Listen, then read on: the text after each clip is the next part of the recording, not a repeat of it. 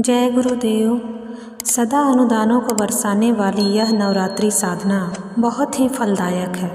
अनुष्ठान के अंतर्गत साधक सफल पूर्वक नियत संयम प्रतिबंधों एवं तपश्चर्याओं के साथ विशिष्ट उपासना पद्धति को अपनाता है और नवरात्रि के इन महत्वपूर्ण क्षणों में अपनी चेतना को परिष्कृत परिशोधित करते हुए उत्कर्ष की दिशा में आगे बढ़ता है। 24,000 के लघु गायत्री अनुष्ठान के अंतर्गत उपासना के क्रम में प्रतिदिन 27 माला गायत्री महामंत्र के जप का विधान है, जो गति और अपने क्षमता अनुसार 3 से 4 घंटे में पूरा हो जाता है। यदि कोई नवाग युग पूरा गायत्री मंत्र बोलने में असक्षम हो तो वह पंचाक्षरी गायत्री ओम भूर्भुवः स्वः के साथ भी इस जप संख्या को पूरी कर सकता है। इसमें प्रतिदिन 1 घंटा का समय लगता है। पूर्ण श्रद्धा के साथ संपन्न यह साधना आत्मोत्कर्ष की दृष्टि से चमत्कारिक रूप से फलित होती है, क्योंकि गायत्री परम सतोगुणी शरीर, प्राण व अंतःकरण में दिव्य तत्वों का आध्यात्मिक विशेषताओं का अभिवर्धन करने वाली महाशक्ति है। यही आत्म कल्याण का राजमार्ग है। यहाँ मन में असमंजस की स्थिति आ सकती है कि नवरात्रि को दुर्गा उपासना से जोड़कर रखा गया है, फिर गायत्री अनुष्ठान का और गायत्री साधना का उससे क्या संबंध है। वास्तव में दुर्गा महाकाली भी गायत्री महाशक्ति का ही एक रूप है। दुर्गा कहते हैं दोष गुणों, दुर्गुणों, कसाय, कलमशों को नष्ट करने वाली महाशक्ति हो। 9 रूपों में माँ दुर्गा की उपासना इसलिए की जाती है कि वह हमारी इंद्रिय चेतना में जड़ जमा चुके दुर्गुणों को नष्ट कर दे। मनुष्य की पापमयी वृत्तियाँ भी महिषासुर है। नवरात्रियों में उनकी प्रवृत्तियों पर मानसिक संकल्प द्वारा अंकुश लगाया तथा संयम द्वारा दमन किया जा सकता है। संयमशील आत्मा को ही दुर्गा महाकाली गायत्री की शक्ति से संपन्न कहा गया है। प्राण चेतना के परिष्कृत होने पर यही शक्ति महिषासुर मर्दिनी बन जाती है। नवरात्रि अनुष्ठान में उपासना के अंतर्गत मन को उच्चतर दिशा की ओर प्रवाहमान बनाए रखने के लिए जप के साथ ध्यान की प्रक्रिया को सशक्त बनाया जाता है। साकार उपासना सूर्य मध्यस्थ गायत्री या गुरु सत्ता का तथा निराकार उपासक सूर्य एवं उससे निश्रित करणों के रूप में गायत्री शक्ति का ध्यान करते हैं। वैसे भाव भूमि बनाने पर मातृभाव में ध्यान तुरंत लग जाता है।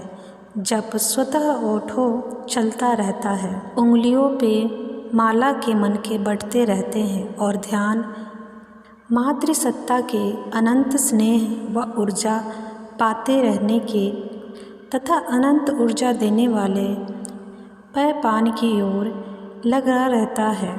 इस अवधि में आत्मचिंतन विशेष रूप से करना चाहिए। मन को चिंताओं से जितना खाली रखा जा सके, अस्त व्यस्तता से जितना मुक्त रखा जा सके, उतना रखना चाहिए। आत्मचिंतन में अब तक के जीवन की समीक्षा करते हुए भूलों को समझने व प्रायश्चित द्वारा उनके परिशोधन की रूपरेखा बनानी चाहिए। वर्तमान जीवन क्रम में वांछित उत्कृष्टता एवं श्रेष्ठता के समावेश का दृढ़तापूर्वक संकल्प करना चाहिए। उपवास का तत्व ज्ञान आहार शुद्धि से संबंधित है। जैसे खाएं अन्न वैसे बनेंगे मन वाली बात आध्यात्मिक प्रगति के लिए विशेष रूप से आवश्यक समझी गई है। इसके लिए न केवल फल, शाक, दूध जैसे सुपाच्य पदार्थों को प्रामुख्यता देनी होगी, वरन मात्र चटोरेपन की पूर्ति करने वाली मसाले तथा खटाई, मिठाई, चिकनाई की भरमार से भी परहेज करना होगा। यही कारण है कि उपवासों से भी परहेज करना होगा।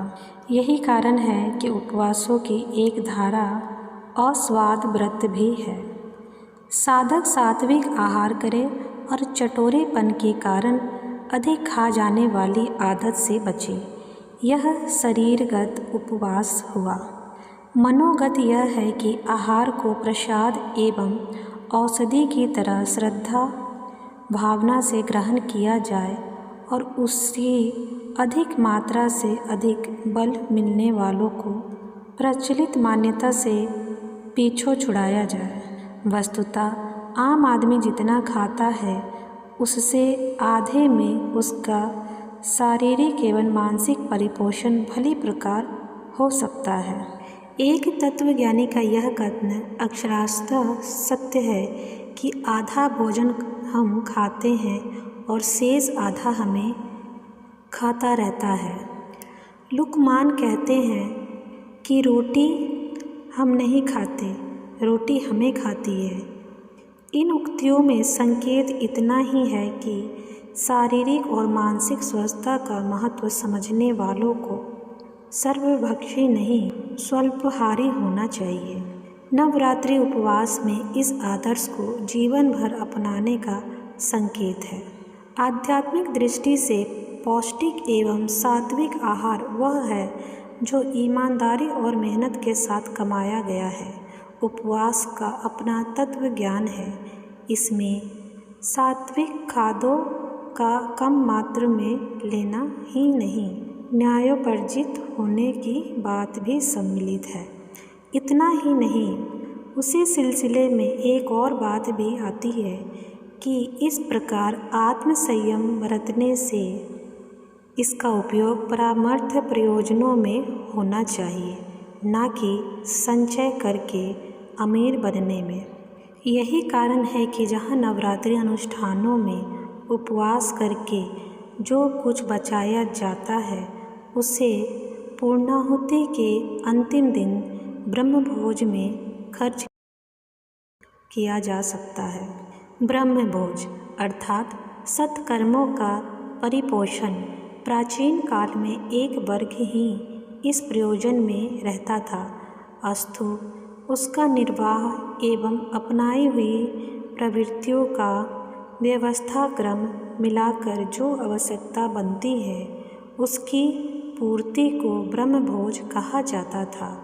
इस प्रयोजन के लिए दी गई राशि को दान या दक्षिणा भी कहा जाता था। नवरात्रि अनुष्ठान की पूर्णता यज्ञ योजन तथा ब्रह्मभोज के साथ संपन्न होती है।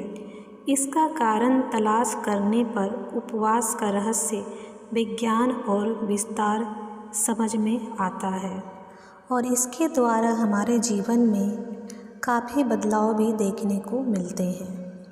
साधना से रिलेटेड और भी जानकारी के लिए चैनल को लाइक करें, सब्सक्राइब करें और ज़्यादा से ज़्यादा लोगों तक शेयर करें, जिससे आप एक गुरुदेव का अच्छा कार्य करने की भागीदारी बने।